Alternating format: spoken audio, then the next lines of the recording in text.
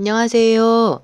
그래서 삼성 독재공화국 굳히기 전략 추리 하편으로 더불어민주당이 이해찬이 국민을 싫어하고 우습게 보지만 동시에 무서워하기 때문에 자기 스스로가 대선 주자로 나서봐야 절대로 국민의 선택을 받지 못할 걸 알기 때문에 자기 대신에 진보라는 타이틀을 걸고 소로스류의 글로벌리즘의 이데올로기인 정치적 올바름 이런 것들을 우리나라에 적극 수입해 들여오는 통로 역할을 해온 박원순을 대선 후보로 내세울지도 모르겠다는 내용부터 우선 마무리해 드려 보겠습니다. 본론 들어가기에 앞서서요. 제가 화면을 몇 차례 넣어 보았는데 넣어드린 화면이 크게 뭐 내용에 더 내용 파악하시는 데 도움을 드리는 것 같지가 않습니다. 너무 못 만들어갖고 더 어수선한 것 같기만 해서 다시 그냥 까만 화면으로 제 목소리만 전해드리는 게 더 나을 것 같습니다. 지난번 김용균 어머니처럼 보여드릴 게 있거나 아니면 야외로 나가서 좀 편안한 풍광을 보여드릴 수 있는 이런 내용일 때는 화면도 함께 그럴 때만 화면을 함께 띄워드리는 게 나을 것 같습니다. 다행히 이거 하면서 말을 좀 빨리 할 수 있게 돼서 막 이렇게 이제 원고를 읽어드리는데 더 빨리 읽어드릴 수 있게 된 것 같아서 집중하시는데 좀 더 도움이 되실 것 같기도 합니다. 두세 번 정리해서 손글씨로 보여드렸던 간단 목차를 제 방송을 소개하는 내용, 그 화면 하단에 이렇게 제목 옆에 있는 삼각형 누르시면 나오는 내용에 가능한 한 상세하게 구체적으로 적어서 한번 올려드려 보도록 하겠습니다. 그리고 올해 들어서 조회수하고 구독자 수가 좀 굉장히 이상한 현상을 보이고 있거든요. 미국에서는 저처럼 이렇게 글로벌리즘에 반대하는 내용을 주로 다루는 채널들을 구글과 유튜브가 막 차단하고 그런 사례들이 있었는데요. 이유는 모르겠지만 제 방송이 뭐 아무튼 구독자 수하고 조회수가 완전 이상한데 만약에 그런 이유 때문에 제 방송의 내용이 글로벌리즘에 반대하는 거에서 구체적으로 들어가고 있기 때문에 구글 코리아에서 일종의 관리 뭐 그런 거를 하고 있거나 아니면 여의도 연구소 같은 데서 그 새누리당 뭐 띵크탱크라는 저한테 막 연락 오고 그랬던 그런 데서 구글 코리아한테 그렇게 하게 만들고 있는 거라면 진짜로 뭐 그런지 아닌지는 모르겠지만 아무튼 영광으로 생각하고 그만큼 중요한 내용이라는 의미니까 더 힘을 내서 더 열심히 해보도록 하겠습니다. 제 방송을 들으시고 그 내용에 동의하시면서 일리가 있다고 생각하시면서 중요하다고 생각하시는 분들께서는 주변 분들과 최대한 많이 공유해 주시기를 부탁드립니다. 그러니까 다 같이 힘을 모아서 우리나라를 미국 소로스류의 글로벌 자본과 아베 일본 이런 미국, 일본의 외세의 폭압으로부터 딱 지켜내야 되니까요. 우리는 꼭 그렇게 해야 하고 또 할 수 있습니다. 한 가지만 더 오늘 본문에 앞서서 말씀을 드리자면요. 이재명 극렬 지지 작전 세력들 동향에 관한 내용인데요. 요즘 최고 많이 나오고 있는 게, 제일 많이 좀 걱정이 되는 움직임 한 가지는, 거기가 이제 제가 보기에는 북한까지 헷갈리게 만들려고 작년 12월, 12월 달에 이재명 지사님이 이관계 얘기하시기 전까지는 아무튼 이해찬 이름만 딱 빼고 소로스부터 시작해가지고 뭐 홍석현, 유시민 별별 사람들 욕을 다 하고 비판을 다 하고 모든 막 근거들을 갖다 붙이고 그러면서 그 모든 책임을 몽땅 다 우리 문재인 대통령님한테 갖다 붙이면서 문재인 대통령님이 무슨 삼성과 홍석현의 화수인인 것처럼 생 난리를 치던 곳인데요. 요새도 이해찬 이름만 딱 빼고 특히 유시민을 포함해서 유시민 공격을 엄청 많이 하면서 댓글하고 하면 이런 데서 문재인 대통령 공격도 이제 계속 하고 있기는 마찬가지인데요.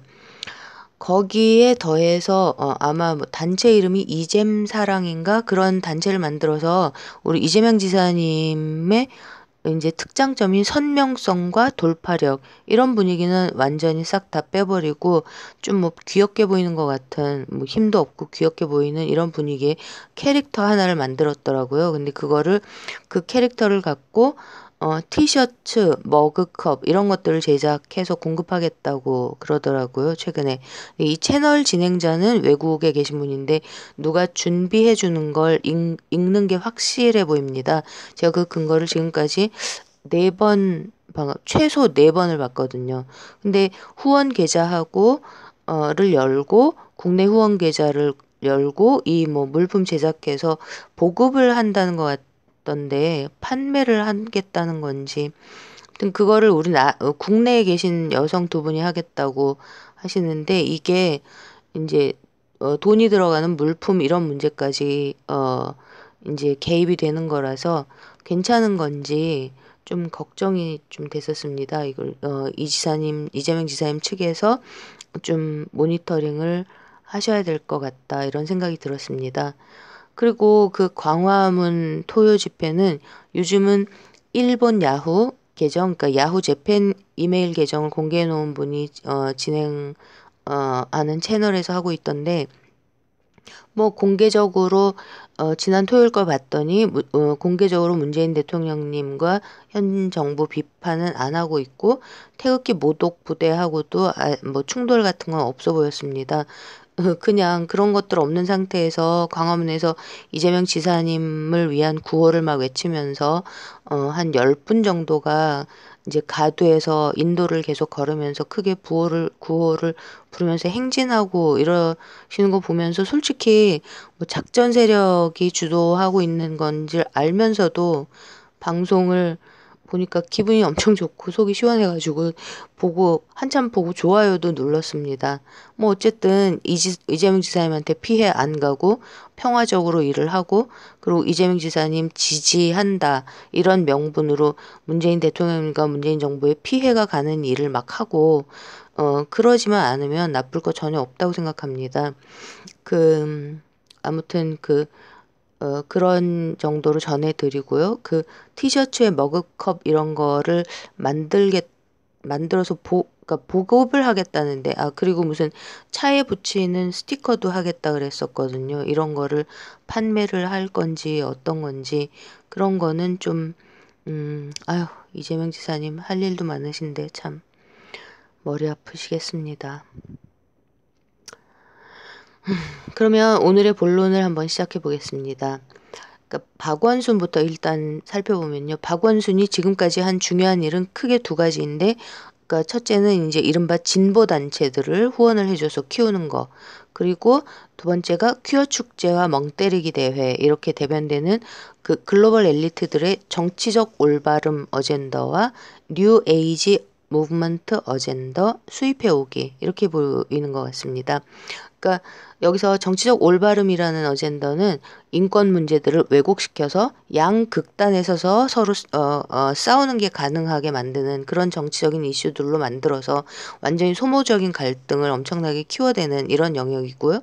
뉴 에이지 무브먼트라는 건 그러니까 신세대, 그러니까 80년대 신자유주의 글로벌리즘 이후에 태어난 지금의 20대, 30대들이 정치를 혐오하고 현실 사회의 많은 문제들에 등을 돌리고 외면하고 소확행, 소소하지만 확실한 행복, 그다음에 뭐 작은 것이 아름답다. 이런 그러니까 시스템적이고 구조적인 현실의 문제들에는 그러니까 그런 것들은 외면하고 부정적인 그런 현실 부정적인 근본적인 문제들에는 이제 관심을 갖지 않으면서 그냥 하루하루 심각한 생각 없이 살게 만드는 아주 미국에서는 엄청나게 대대적으로 벌어진 일종의 신종 의식화 작업입니다. 그러니까 이 우리나라에서 이런 정치적 올바름, 그다음에 뭐 그 뉴 에이지 무브먼트 이런 영역을 넓혀온 정치인은 뭐 박원순과 그다음에 CIA 전략적 자산 심상정 이런 사람들인 겁니다. 뭐 박원순도 숨어 있는 CIA 전략적 자산일지도 모르죠. 박원순은 또 이제 법륜을 뉴라이트의 대명사인 법륜을 서울시로 불러서 오찬 모임, 간담회 이런 것도 이제 꾸준히 개최해 왔거든요. 이런 기사를 여러 개를 봤습니다. 그 박원순 자신의 종교도 불교라고 하던데 뭐 법륜을 시청으로 불러서 간담회가 뭐를 갖고 이런 게 뭐 종교 때문은 설마 아닐 거고요. 그러니까 21세기라는 그들이 생각하는 의미의 새로운 100년 이 내용을 뉴라이트의 대표 인사와 진보 시민단체의 대표 인사가 이렇게 같이 모여서 이런 생각을 한다는 게 이렇게 마음을 모은다는 게 좀 재밌어 보입니다. 재밌는 현상이라고 생각합니다. 그리고 또 이제 또 다른 CIA 전략적 자산인 그 바미당의 하태경 이 사람이 또 대표적인 뉴라이트 정치인입니다. 다들 이렇게 같이 얽혀 있는 거죠. 매트릭스 안에서. 이런 박원순이 지난번에도 말씀드렸듯이 서울시정을 놓고는 크게 잘했다고 칭찬받는 게 좀 없다시피 하더라고요. 근데 그러니까 여기서 이제 광화문에 세월호 광장을 지켜줬고 촛불 집회, 그러니까 촛불 혁명 집회를 지원했던 건 엄청나게 칭찬받을 일이지만 뒤돌아 생각해 보면 홍석현이 박근혜를 쫓아내는 일에 합류했던 거라고 보는 게 더 타당하기 때문에 이제 와서는 감동을 못 받겠습니다. 저는 법륜도 마찬가지죠. 그러니까 그때 여름에 정토회 분들이 세월호 광장에 오셔갖고 기도를 너무 굉장히 엄청나게 열심히 하시고 서명운동도 굉장히 많이 하셨기 때문에 저는 그때 내가 법륜을 오해했었나 싶어가지고 그 오마이뉴스하고 같이 썼다는 새로운 100년 이런 책도 사서 읽고 그랬거든요. 그러고 그랬는데 그 책을 읽고 나서는 정말 이 사람의 실체는 과연 진짜로 이런 거였구나라는 걸 똑똑하게 알게 되었었습니다. 거짓말에 아주 능하고 양심이라는 게 뭔지 없는 것 같다라는 생각이 들 정도로 그렇게 활자로 거짓말을 남겨놓았더라고요. 그러니까 순전한 마음으로 정토회 활동을 열심히 하시는 많은 애국적인 일반 불자분들이 좀 생각하면 좀 마음이 아픕니다. 저의 개인적인 생각이지만요. 어쨌든 박원순이 한 서울시정을 잘한 거를 좀 찾아보려고 잘한 일 이렇게 막 검색어를 막 엄청나게 여러 가지 각도에서 넣으면서 서울시정을 잘한 걸 찾아봤는데 잘했다고 나오는 기사는 한 개도 못 봤고요. 잘한 걸 보도하는 기사를 하나도 못 봤고 측근 비리, 그러니까 서울시와 관련된 비리가 노출된 그건 인사를 알고 보면 박원순이 꽂아준 측근이더라. 진보연 하면서 비리를 저질렀더라. 이런 매국 스쿨들 쪽의 기사로 보이는 기사들이 엄청나게 검색이 되고요. 그리고 고가도로에 신발을 매달았답니다. 저는 본 적이 없는데 그 공원으로 바꾼 고가도로에 신발 매다는 그런 일들은 열심이고 정작 중요한 일들에서는 하는 일이 없다. 이런 식의 부정적인 기사들만 완전 너무 많이 떠서 그러니까 잘한 거를 전해드릴 일을 기사를 한 개도 못 찾았습니다. 그런데 또 이제 작년부터 제가 관심을 갖고 본 거는 지난 여름에 여의도 부동산 가격 엄청나게 올려놨죠. 그래서 영등포구가 강남보다도 작년에 부동산 가격이 더 올랐잖아요. 근데 그게 여의도죠, 여의도. 박원순 말 한마디에 그랬죠. 그리고 그때 그게 대권 행보였다고 평가를 받았죠. 그리고 몇 년째 이렇게 검색해 보니까 17개 광역 자치단체들 중에서 3년, 4년도 넘게 계속해서 서울시의 청렴도가 꼴등 아니면 경상북도 다음으로 꼴찌에서 두 번째 이런 통계가 확인됐고요.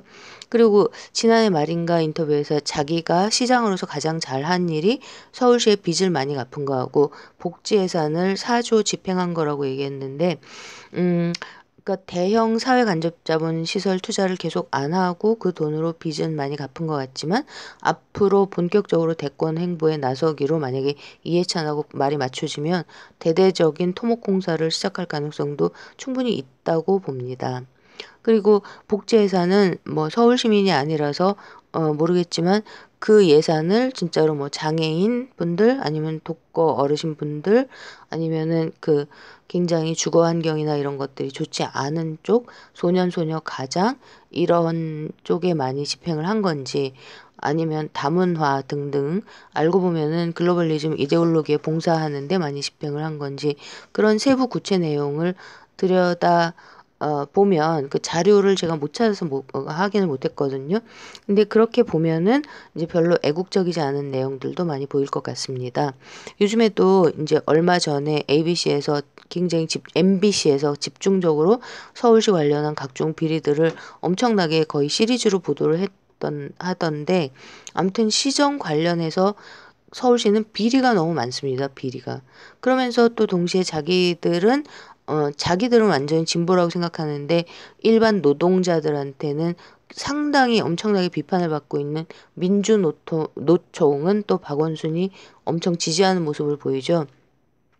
저는 민주노총도 타락한 운동권 출신의 대명사라고 제가 생각하는 그 옛날 주사파 임종석만큼 뭐 비판받을 일들을 정말 많이 해왔다고 생각하거든요. 민주노총이요. 이거는 또 따로 아무튼 자칭 진보라는 세력의 일부분 이 사람들이 얼마나 비진보 반진보이고 우리나라 전체 국민들과 우리 촛불 정부인 문재인 정부에 전혀 도움이 안 되고 있는지 지금 와서는 이거는 나중에 또 따로 주제를 잡아서 별도로 말씀을 드리고 싶습니다.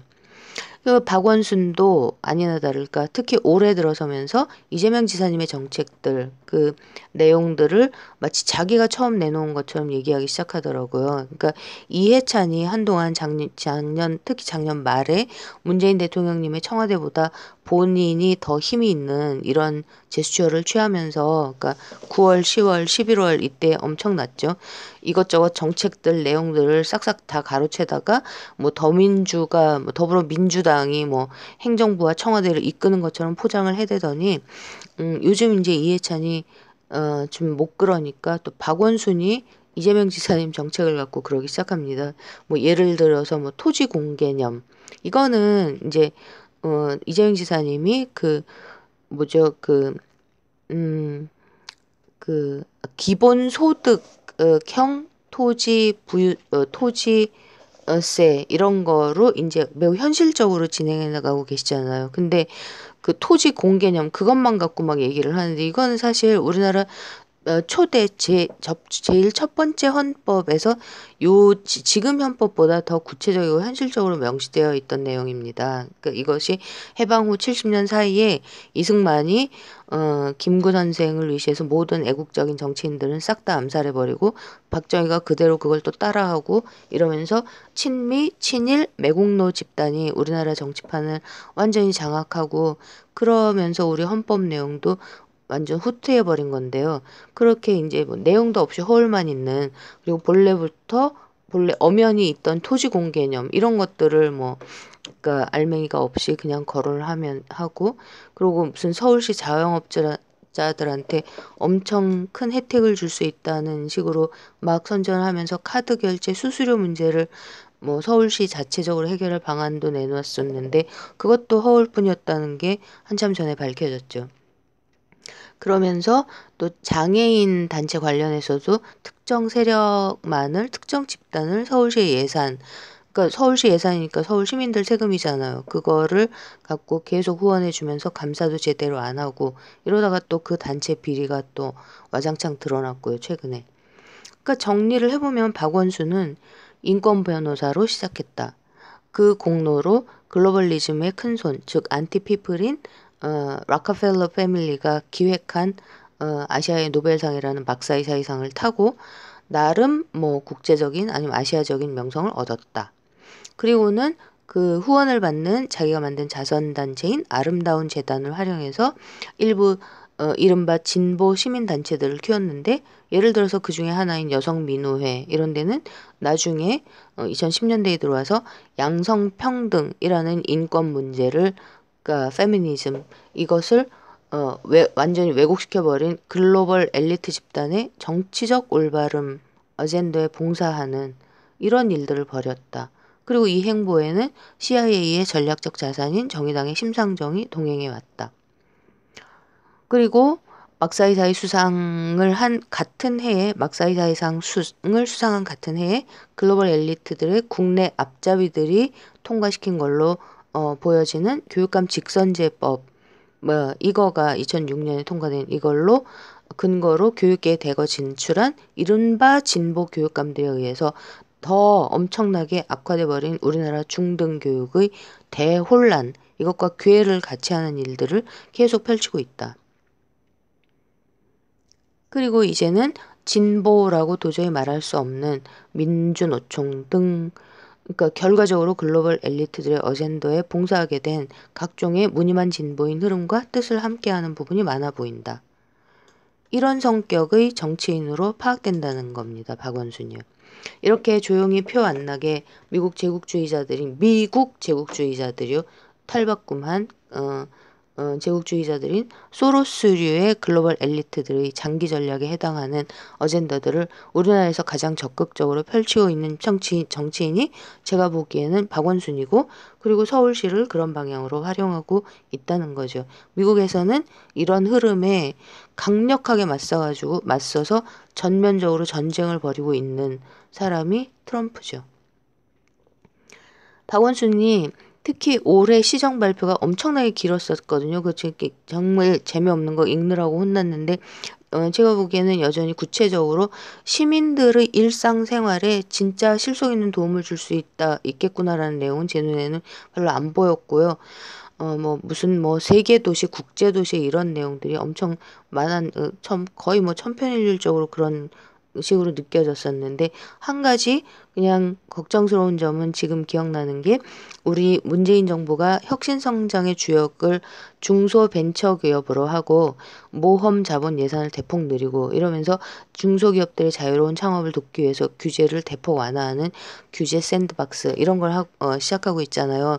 이렇게 중소기업들의 자유롭고 창조적인 경제활동을 정부가 적극적으로 지원해서, 그러니까 대기업 위주의, 그러니까 쏠림 현상, 그러니까 낙수 효과가 하나도 없는 부익부 빈익빈을 극대화하는 이런 글로벌 경제 정책, 이거를 이제 타파하는 거에 크게 성공한 나라가 핀란드잖아요. 이거는 우리가 다 아는 사실이고, 미국의 트럼프도 취임 직후에 제일 처음으로 대통령 행정령을 마구마구 발동하면서 적극적으로 밀어붙인 게 이 부분이었거든요. 우리 문 대통령님은 대통령 행정령이라는 게 그러니까 힘이 없어서 이걸 못하고 계시는 거죠. 그러니까 오바마가 미국에서 8년 동안 글로벌 초국적 기업들만을 밀어주면서 온갖 규제로 다 꽁꽁 묶어놨던 중소기업들을 꽉꽉 묶어놨던 이런 규제들을 싹 다 풀어준 게 트럼프입니다. 이거를 그래서 이제 경제가 엄청나게 미국 경제가 살아날 수 있었던 거고, 이거를 우리 문재인 대통령이 적극적으로 밀어붙이고 계시는 건데, 박원순의 올해 서울시정 발표 보니까는 서울시는 또 이제 국제도시라서 그렇다 그러면서 외국인 청년들이 서울에서 창업을 하려고 하면 비자도 면제해 주겠다고 하더라고요. 그러니까 우리나라 청년들이 지금 이제 규제 때문에 엄청난 사업 아이템을 들고 미국으로 나가버리고 막 이러고 있는 상황인데, 그런 것들을 해결하는 데 힘을 보태는 게 아니라 이제 외국인들을 불러들여가지고 또 그 비자를 면제해주면서 창업을 지원을 해주면, 그러니까 취업비자조차도 면제해준다는 얘기잖아요. 그렇게 하면은 우리 세금으로 또 이제 외국인들을 키워주는 거잖아요. 그러니까 이거는 제가 외국인을 차별해서 드리는 말씀이 아니고요. 그리고 극우 민족주의자라서 우리나라만 잘 먹고 잘 살아야 된다 이런 말씀이 아니고요. 이 글로벌 엘리트라는 자들이 모든 나라의 국경을 가능한 한 모든 수단과 방법을 동원해서 허물려고 하는 게 기본 전략이기 때문에, 박원순이 여기에 충실한 일들을 벌이고 있는 것처럼 보여서 그래서 이제 걱정이 되고 기분이 안 좋아지는 겁니다. 이런 사람을 이해찬이 키워서 더불어민주당의 차기 대통령 후보로 조작을 해서 내보내면 어떤 일이 벌어질까요, 여러분? 그럼 이제 이해찬 얘기를 해보자면요. 말씀드렸듯이 이해찬은 아마 본인이 직접 차기 대통령 후보로 나올 욕심은 접은 것처럼 보입니다.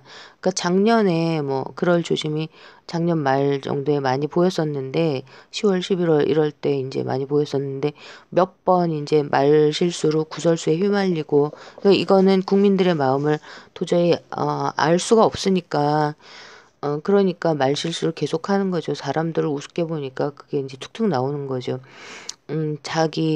세종시에 있는 자기 집에 그 거름 냄새 난다고 주변 주민을 농사를 못 짓게 만들었다던가 그런 일도 있었다고 제가 기사 봤었거든요. 당대표 되기 전에요. 어쨌든 이런 사람이니까.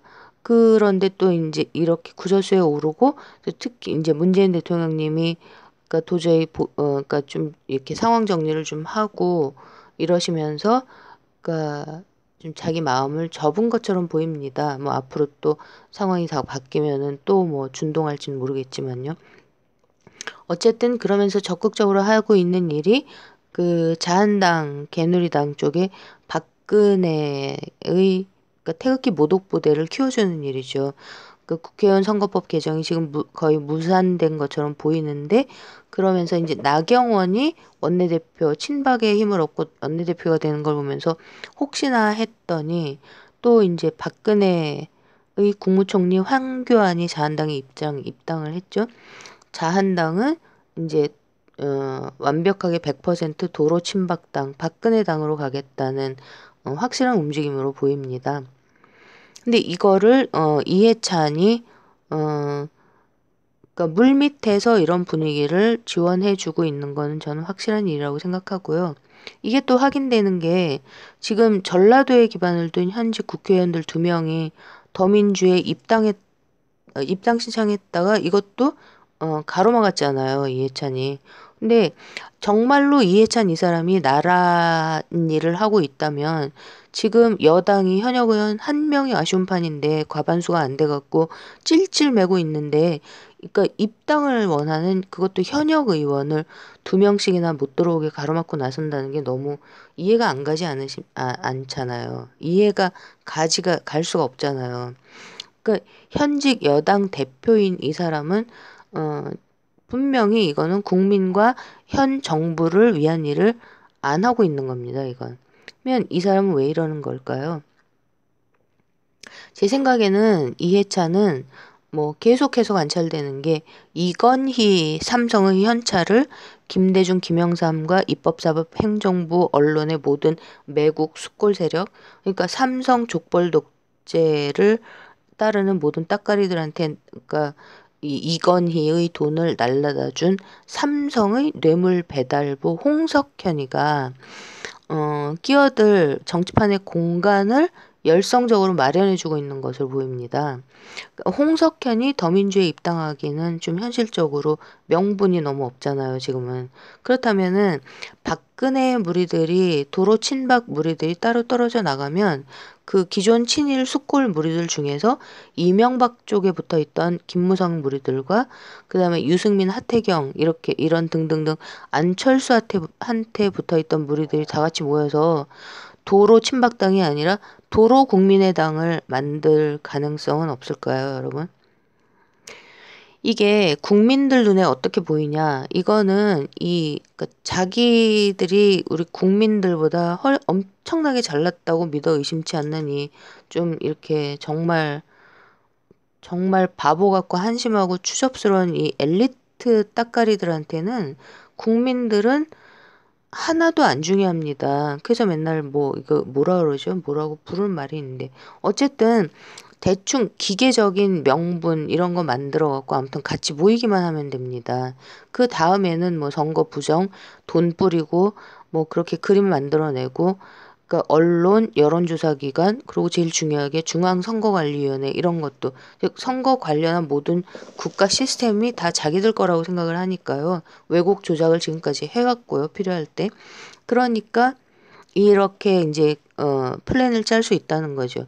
근데 이제 지금 제일 중요한 사람이 현재로서는 바미당의 당대표인 손학규잖아요. 그러니까 손학규만 홍석현이 꼬실 수 있으면, 끌어들일 수 있으면 무슨 건덕지를 갖다 붙여가지고 힘을 합치고 그러면 제가 보기에는 뭐 정동영은 따라갈 것 같아 보입니다. 뭐 박지원 씨는 뭐 혼자 따로 노시겠죠. 그렇게 되면 거길 갈 것 같진 않고요. 어쨌든 이런 식으로 하면은 뭐 다 같이 모여갖고 뭐 극중 제3지대 이러면서 뭐 더민주 자한당 이 양당의 독재를 뭐 깨부수겠다 이러면서 또 다 모여갖고요. 그러니까 안철수가 있었던 그 자리를 그러니까 홍석현이 만들어내려고 하지 않는가 이런 생각이 든다는 거죠. 그리고 이해찬이 그런 구도를 만들어 주느라고 현역 의원들도 입당을 안 시키고 있는 게 아닐까 이런 생각이 듭니다. 만약에 이렇게 저들의 의도대로 진행이 돼서 더민주에서 당내 부정 경선이든 뭐든 뭐 온갖 짓을 다 해가지고 이재명 대신에 박원순을 후보로 내세우고 도로 친박당이 된 자한당에서는 뭐 황교안이나 아니면 상황을 봐서 홍카콜라가 다시 나오든가 황교안이 나올 가능성이 커 보이는데요. 지금으로서는요. 이렇게 되고 그다음에 다시 뭉칠 뭐 안철수 당에서 안철수 대신에 홍석현이 나오고 이렇게 3파전으로 만약에 차기 대통령 선거를 치르면 어떻게 될까요? 그러면서 여론 조작, 지지율 조작, 언론 조작, 그리고 중앙선관위 개표 조작 뭐 이런 것들을 다 싹 다 동원하면요. 이런 구상을 저들이 하고 있다라는 게 과연 절대로 말이 안 되는 일일까요? 같이 한번 생각해 봤으면 좋겠습니다. 오늘은 일단 여기서 방송을 딱 끊고 이거 들으신 분들이 다 같이 함께 이런 추리, 이런 시나리오가 말이 되는지 아닌지 같이 한번 생각해 봤으면 좋겠고요. 만약에 그렇다면은 유시민은 이런 상황 속에서 어떻게 움직일까? 살아남기 위해서 어떤 생각을 하면서 어떻게 움직일까? 또 노무현 재단은 뭘 할까? 그런 생각도 같이 한번 해보고요. 그러면서 우리 촛불 국민이 이런 작태를 막아내기 위해서는 어떤 방법들을 생각하고 어떤 식으로 우리는 여론을 불러일으키는 게 좋을까? 그런 것들을 댓글 등등을 통해서 또 다음번까지 이어서 함께 얘기를 나눠보았으면 좋겠습니다. 이게 지금 그러니까 너무 그러니까 조회수하고 다시 말씀드리는데 조회수하고 그 구독자 숫자가 너무 웃기게 제가 며칠 관찰을 해보고 한참 많이 웃었었는데 너무 이상하게 돌아가고 있기 때문에요. 이게 얼마나 읽히고 있는지 제가 파악이 안 되거든요. 아무튼 이 분석하는 그러니까 볼 수 있는 방법이 여러 가지가 있는데 일관성이 없고 아무튼 일관적으로 보이는 거는 겉으로 단말기에서 보이는 숫자들이 계속 깎이는 것만 보이고 있습니다. 그러니까 이 방송이 내용에 동의하시고 중요하다. 이 글로벌 엘리트라는 이 악마적인 집단이 어떻게 움직이는가 이것에 대한 내용이 의미가 있고 중요하고 우리 국민들이 알아야 될 것 같다라고 생각하시는 분들은 공유를 많이 해주시기를 다시 부탁드립니다. 우리가 갈 길은 멀고 험하지만 그래도 오늘도 모두 편안하고 편안한 단잠을 푹 잘 주무십시오. Good night.